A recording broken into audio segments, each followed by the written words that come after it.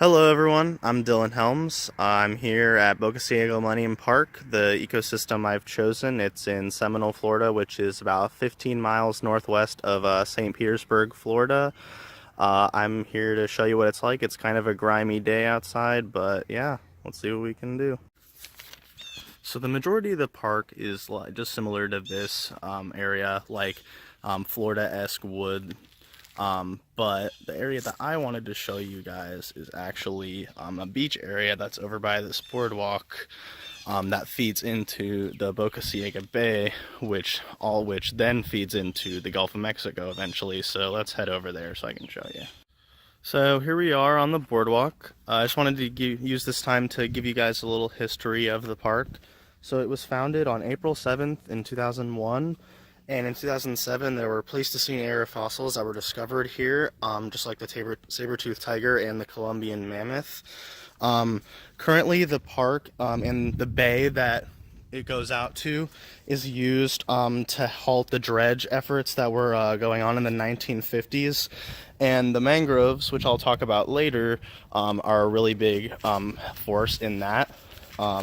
The park itself is a 185-acre protected natural area and preserve. So I'm going to go up here so I can give you guys a better look of the park. So here's a really good view of the park. There's the long boardwalk they've got going on there. All the vegetation, mangroves. That's right there is the Boca Ciega Bay, which I just mentioned. I just wanted to touch on another one of the points of why this park is important to me.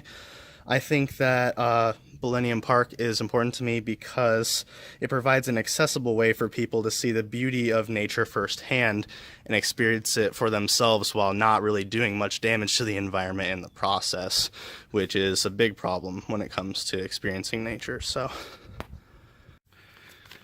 So the species I wanted to highlight was the red mangrove with a scientific name Rhizopora mangle.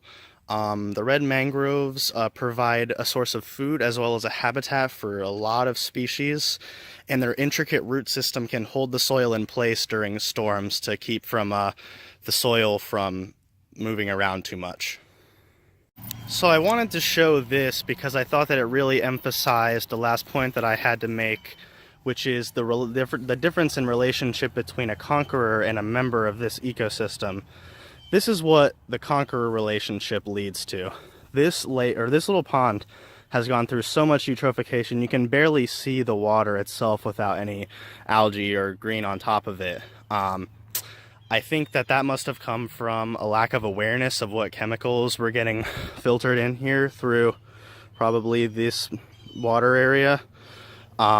But I think that it's horrible, and I think that a member of the ecosystem would definitely have been more sensitive to what chemicals would have been going into this pond and to have stopped this eutrophication from happening in the first place.